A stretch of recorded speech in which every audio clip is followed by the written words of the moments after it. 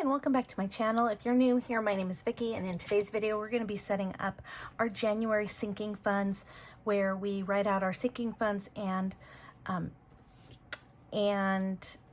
our sinking funds tracker and set it all up in our January monthly budget. All right, so with that, let's go ahead and start. So for January, it is going to look a little different. I guess I should say for 2022, it is going to look a little different. I mean, not a whole lot. It's pretty much the same, with the exception I am adding one more. I need to get an envelope. I gotta actually, maybe I'll just do a paper envelope until I get the plastic see-through ones, but I am gonna do a cash stuffing video here in a few days once we true up the sinking funds.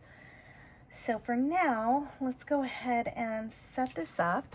We are going to, sorry, it's like Cricut. I can't write like, like this. So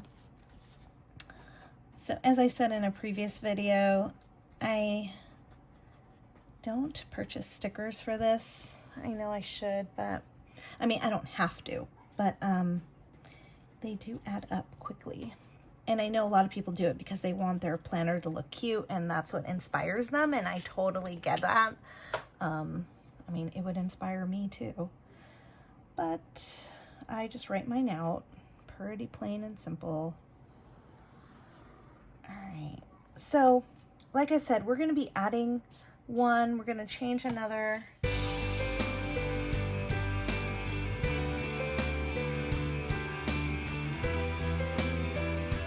Right, so now we're set up. I'll go ahead and put the start, if we're adding, subtracting, and then the balance. Okay, so now we have this set up. Let's go ahead and just talk about the different categories we have. We do keep our sinking funds in Capital One 360. I do videos, cash stuffing videos, to show you what comes in and out. Those are in our weekly check-ins, as well as I just show you, the month-end numbers.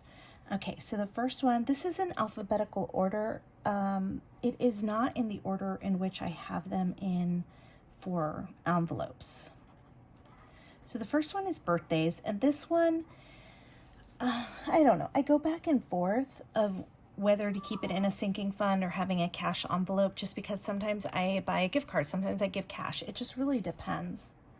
So the next one is car maintenance. This one here, oh, okay, let me go back to birthdays. Let's tell you what we're going to fund this one. So one of the things that's changing is we were doing $50. We are now doing $100 per month. And then car maintenance, I actually need to add more to car maintenance now that we have a bigger car. I'm just worried about the tires on this Yukon. I don't know. Can someone let me know if you have the SUV? Can you let me know, like, what's a rough estimate? We had been putting $100 to car maintenance, but I feel like that easily gets used. I almost feel like we should be putting $250 per month. Let me know in the comments below.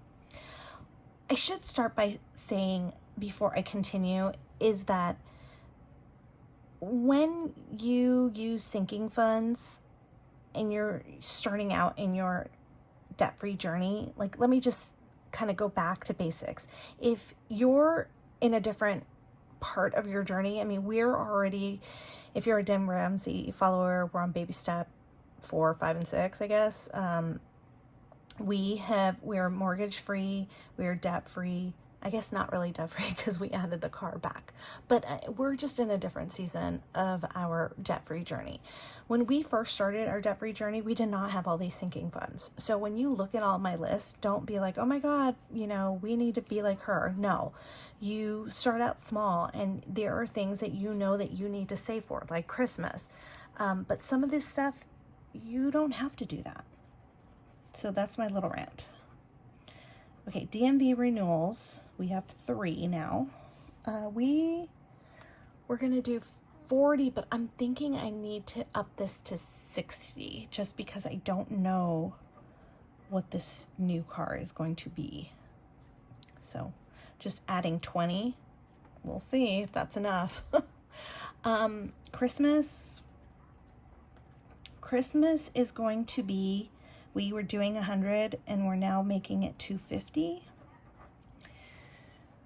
Date night is just an auto transfer, and that is just $25. It goes from one checking to a savings, and I just gave it a name. The emergency fund, I do keep track of this, but I don't share it now that we have reached our 6-month emergency fund.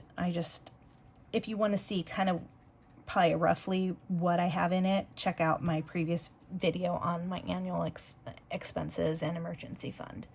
Haircuts, we actually have a lot in there because I was still funding it when we were doing the pandemic, even though we weren't going. So there's a surplus of money in there. Home maintenance, I'll save that for below. But I think, well, I guess I could just leave it here. Home maintenance. I thought I separated it out, but whatever. We are adding $250 to that. Life Happens is another electronic sinking fund. Well, these are all electronic sinking. I meant an auto transfer. It's $75. That stays the same. Kids' clothes gets $50. I don't think we need to add that much right now. I wonder if we should go down. Kids miscellaneous right now is getting $50. They have enough in here, but medical, this is copays and prescriptions. Let me zoom you in. I was just realizing that's kind of far. Okay, medical gets $50. Pest control, that comes out quarterly, so we have a sinking fund for that.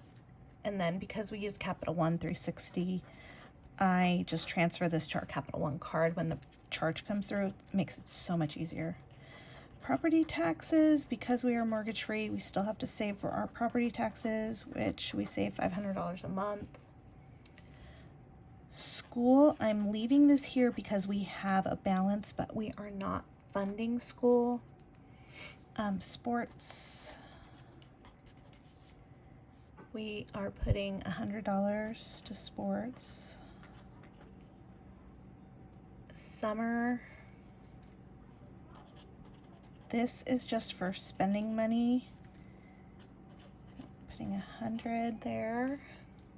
And then this is the one we're adding, vacation. I am going to start funding this $100. Okay, so once December wraps up, we will fill in the start balance here. Oh, excuse me, I forgot one more. The home maintenance sinking fund. Home maintenance for the condo. This is where I should put condo and house, but whatever. Is $100. So I could put a house here again. This is kind of like double dipping, but if I didn't have it up there, this is what it would look like. So then I could total these out if I wanted to. I guess I should have. Oh well, maybe next time I'll total them out. But for now, this is what it's gonna look like. And that here on this side is where I put our sinking funds tracker. And I share this on most videos. I used to not do this. And then I would say, you know, I spent X amount in medicine or whatever, or on clothes, but then I didn't know who I was buying for or where or what or how much. And so I just kind of wanted to keep track.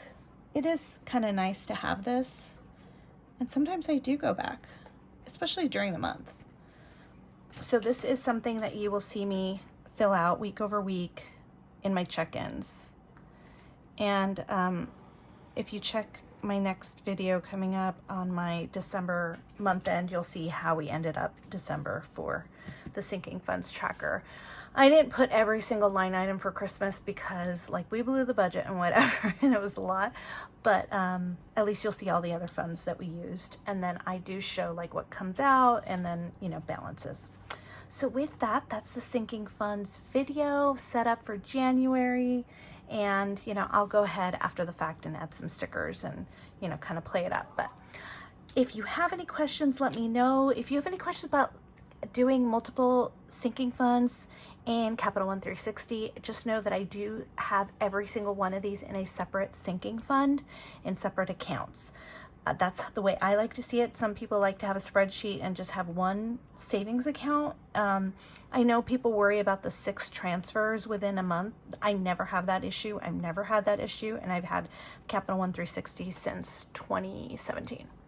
So with that, if this video was inspiring to you or if you found it interesting, please give it a thumbs up. I look forward to seeing you in the next video. And if you aren't subscribed, please consider subscribing. See you in the next one. Bye.